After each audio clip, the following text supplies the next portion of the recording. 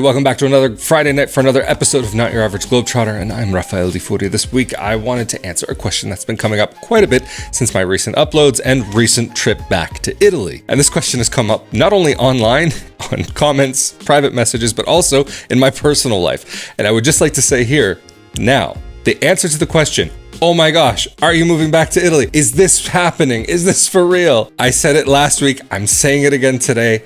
I never said I was moving back to Italy. There are wonderful things about life and living in Italy, and there are certain things that I would say definitely make sense to be there. And it does, like I said last week, for me, have the edge over Portugal. However, for as many wonderful things as there are certain things that can be a little bit frustrating at times. And in this episode, I wanted to talk about some of the things that maybe would keep me from wanting to live there. I'm not hating on Italy. These are just some realities that I've experienced, things that might be serious, might be less serious. But anyway, like I said, I'm Rafael Di Furia. Welcome back to Not Your Average Globetrotter. Roll that intro. So like I mentioned in one of the other episodes recently, there are going to be certain things that are just going to be more expensive when you're in Italy. And for me, some of those expenses would be double, triple, and even certain things 5 times more expensive, quintuple. It's going to depend from each individual person's situation. Some things are going to be better, some things are going to be worse. This is just my particular set of circumstances. So to think about the yearly taxes, or what some might call your renewal subscription of being a citizen in any country or being able to live there, it's not actually necessarily what it is. Whatever, just a joke. Don't take it too seriously. That aspect alone is massive, and that would make it very difficult for me to consider moving back. Another thing, bureaucracy and the inefficiency of certain services. I mean, I will say there is one company in all of Italy that seems to be pretty darn efficient, and that is Amazon. So do they count as an Italian company? They have Italian offices, so whatever. Close enough. But there are certain things when you are dealing with bureaucracy, with taxes. Actually, that's a funny thing. Never have I dealt with a faster service than having to pay taxes in Italy. Getting so many things done, it's going to take this amount of time, this amount of weeks, this amount of years, this amount of months, this is amount of days. But as soon as it was time to pay taxes, that money disappeared from my account like whoosh, it was gone. But there are certain companies having dealt with, for example, there's one company I can think of off the top of my head. There was one time, one time I had to get in contact with an Italian phone company, and I just wanted to enter into a chat because it was easier for me to communicate, because my Italian's so-so. It's fine. Like some people tell me it's a lot better than I think it is, but that's fine. They're more than entitled to have that opinion. Not my personal opinion. And this way, by having a chat window and then also Google Translate or DeepL, copy pasta, Italy joke, insert here, haha, very funny, I know. It seemed like that would be an easier choice than calling them up on the phone. It was easier in some ways, I will say. However, it took a long time. So 6 short messages. You would think if you get into an online chat, it actually ended up having to go through over to WhatsApp rather than being in a chat on the website. How long do you think it should have taken? Put your guesses down in the comment section below. To get through 6 messages, did you think to resolve this issue, it took A, 5 minutes, B, 10 minutes, C, 30 minutes, or D, it never got resolved? If you guessed D, you would be right. After 6 short messages that took a total of 2 days to get through, and actually after the first day, the, second operator that I got through to didn't have a copy of what that first transcription of the conversation was, even though it was through WhatsApp. They're probably using some sort of back-end service, whatever, doesn't matter. So I had to copy and paste the conversation back to this other person. And then even then, I never got the answer to the question solved. Thankfully, I didn't have to wait at my computer to have a chat window open. I could just check my WhatsApp and take it with me wherever I needed to go. But of course, bureaucracy, national pastime, up there with soccer, aka calcio. It is something that really gets involved in many aspects of life. Having to take care of different things, having to pay bills, or having to make sure you have this paper or this certification or that certification. All of these different things. If you need to get a seal for a signature, you have to go to the tobacco shop because, of course, you get your official governmental tax seal for a document where you buy your cigarettes and your lotto. And you can also pay bills there too. I will say, even though I am kind of giving it a little bit of flack here, it is really cool that you can take care of so much all at one place. Also, actually, some of those services you could go and take care of at the post office. And actually, not just even that, you can get a cell phone plan through the post office in Italy. Also, you can bank there. Italian post offices, if you're interested in more, be sure to check out an old episode that I made about them. They're actually kind of cool. Just before we get into this next section, I want to say a huge thank you to those of you who helped to make all of these episodes possible on a monthly basis and through the one-time donations. All of your support really does help this project to be able to go forward. So really, thank you for making that consideration, as well as to those of you who take the time to share your thoughts and take part in the conversation below these episodes on the YouTube comments, as well as now the Spotify comments. Even if I don't always have the chance to respond to all comments, it's always really interesting to get to hear thoughts and opinions, even if they differ from my own. Anyway, let's get back into the rest of the episode. Like I was getting to, depending on what time of year things are happening, things could take a long time. Or they might not just happen at all. And that is something that is known during the magical time of year called August, when the whole country shuts down. Everything from the hair salon all the way to your doctor, to your accountant, to even your pizza guy. Your pizza dealer may have his doors closed when you need him most. Yes, I'm speaking from experience here. My pizza guy closed his doors for a whole week, and the withdrawal was very, very real. The worst part is this guy's not only my pizza dealer, but he was also my steak dealer too. I mean, this was a very, very difficult moment in my life. But to get serious, Ferragosto, this holiday that marks the end of summer in Italy, the time of year where basically the whole country goes on vacation or just takes time off of work. And then also that extends not only to this time of year, like Ferragosto, just before, like say the end of July and all the way to the beginning of September. Maybe you'll find offices where everybody's out of the office or offices where only half the staff is in.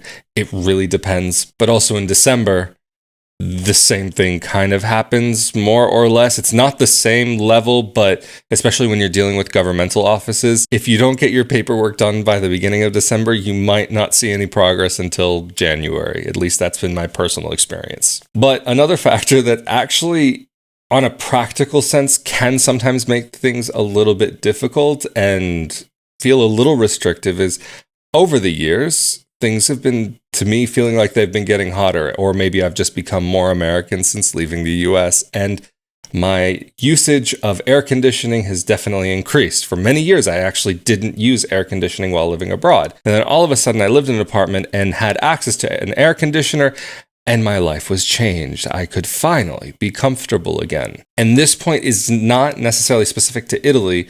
Even some of the August stuff isn't necessarily specific to Italy, but kind of Europe in general. A lot of people go on vacation during this time of year. Going into, say, shops, restaurants, cafes, even shopping malls, shopping centers, you might not have air conditioning blasting in there. Like I've gone into places, even here in Portugal, this actually happened to me the other day, and I went into a shop thinking, oh, you know what? It's going to be really nice to go do some shopping because inside it's going to be cool. It's too hot outside. It's actually dangerous to be outside.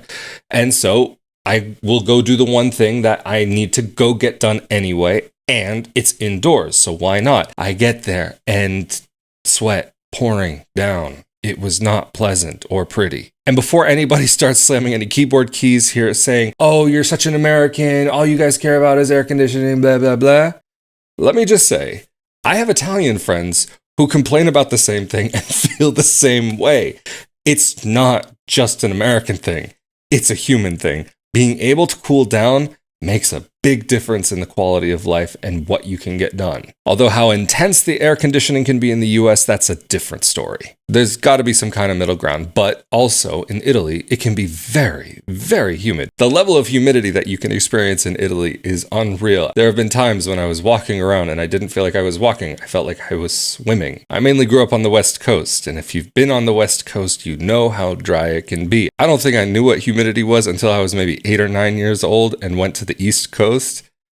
That was not fun. Because the thing is, with the heat that we've been experiencing, especially like this summer, it's at a level where it is dangerous to do certain things and go partake in certain activities or go do anything outside during the day where you're not under direct cover, or even if you have to take public transport that also might not have air conditioning or any type of climatization control. Another factor for me that is a little tricky when it comes to Italy that I really found annoying when I lived there was about how billing for certain utilities comes up. There are going to be certain bills that you can get monthly, but there could be other bills that you get maybe every other month or every third month.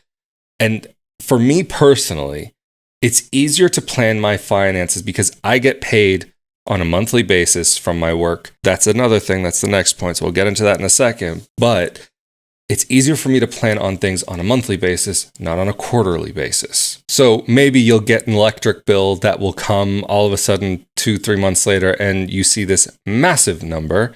And I would personally prefer to have more like 12 small bills throughout the year rather than 4 or 6 larger bills. For me personally, it just feels a little bit better when things are smaller numbers that I have to have going out, even if it ends up totaling the same amount at the end of the year. But this is the other thing that I was talking about. If you are going to be working in Italy, you will be getting paid monthly, not weekly. So for many people coming from different parts of the planet, this might be a very strange thing. Of course, if you're a freelancer, this is a different situation. You get paid when you paid and you pray that you get some pay. But in Italy, if you are on a contract and a regular worker and working a regular job, there's an exception to all of this, then you will get paid monthly. If you are, for example, an English teacher, I know many people are thinking about moving to Italy and teaching English there. Be warned, getting paid as an English teacher, unless you're maybe working for a private school, even then I've heard problems, but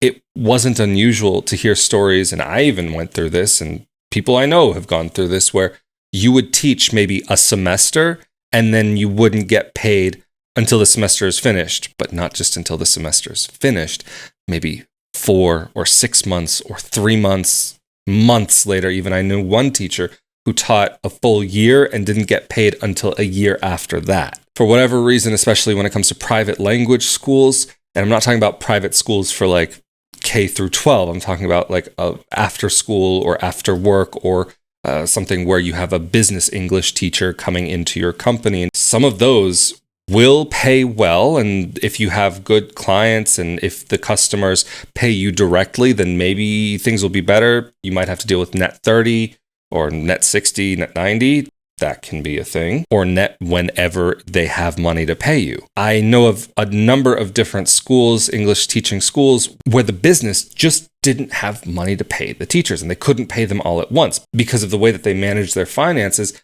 didn't allow them to be able to do that. So if you are thinking about going to teach English in Italy, make sure you have some savings. Please make sure. There are reasons why I no longer teach English, and these kinds of situations have a bit to do with it. Also, it wasn't my main profession. It was kind of a backup anyway. This next one might sound a little bit silly, but as someone who works with electronic devices that have to be plugged and unplugged regularly, it was very, very annoying.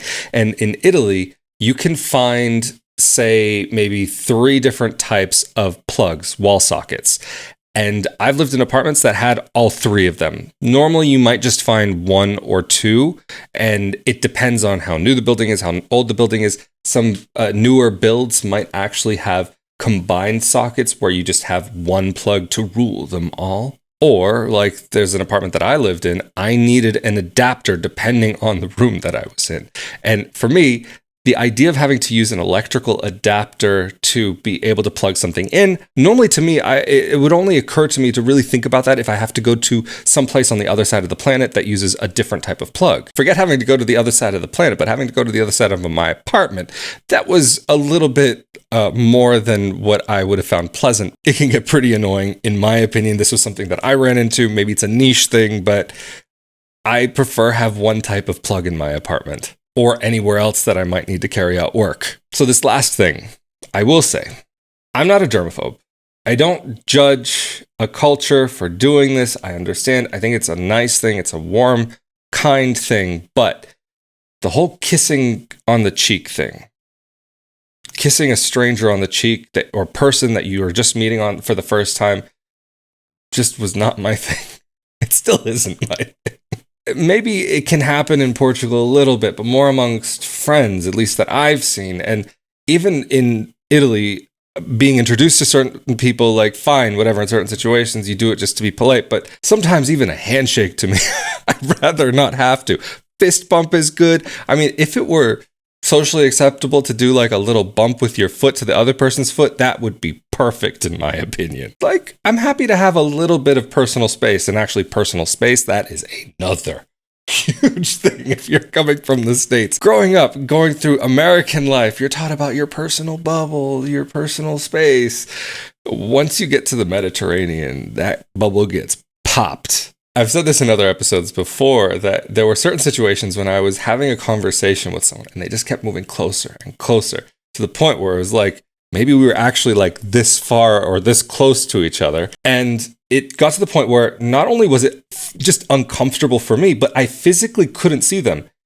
Even with my glasses on, they were just too close. So I needed to back up so that I could have a clear image of this person speaking in front of me. And I also had the realization that if I were to back up, because at first I backed up just without thinking about it. And then I saw people reacting like it was almost like something rude. And then whatever, finding out, speaking to people, like, yeah, sometimes people can see it as rude. Maybe it's not like such a big kind of thing that people really make into an issue. But I, after a while, had to make a conscious effort not to take a step back in conversations. This was something that happened to me on a very regular basis. But getting back to the whole kissing on the cheek thing, kissing someone you're intimate with, that's fine. Encouraged. It's a beautiful thing. Go, do it. But kissing on the cheek, someone you don't know, that can get also confusing because there are different rules and different customs depending on where you're from. Is it 2 kisses? Is it 3 kisses? But there's not only the amount of kisses that you do, but what side do you start on first? That's a big one. And if you both go for the wrong side first, it can end up being more of an intimate moment than you might like. Did that almost happen to me a few times? I shall neither confirm nor deny. But there was one time when, not in Italy, but figuring out the side first actually caused a little bit of friction with the woman that I was dating, because it was this group of friends, whatever, it was a woman, and she came over to greet me, and we both couldn't figure out the side. We almost ended up kissing, and this woman at the time who I was dating wasn't really familiar with this group and didn't know if there was anything there or what was going on. And that ended up causing a little bit of friction, not just that evening, but there were multiple times that it was mentioned after that. And I'll admit, I don't blame her. It must have looked very strange. I'm not saying don't move to Italy. I'm not saying I would never move to Italy, but there were certain things for me, and maybe this last couple of things aren't reasons why I wouldn't move there, but there are certain things that I wasn't crazy about when living in Italy. Anyway, thank you all so much for joining me for another Friday night. I'm Rafael Di Furia. This has been another episode of Not Your Average Globetrotter, and also a huge thank you to those of you who help to make these episodes possible on a monthly basis to rafaeldifuria.com/Patreon, patreon.com/RafaelDiFuria, the thanks button here on YouTube, as well as the one-time support, the rafaeldifuria.com/support. And also thank you to those of you who subscribe and take part in the conversation down below in the comment section below these episodes on YouTube, as well as now actually also on Spotify. Stay safe and healthy out there, and I will see you all next time. Later.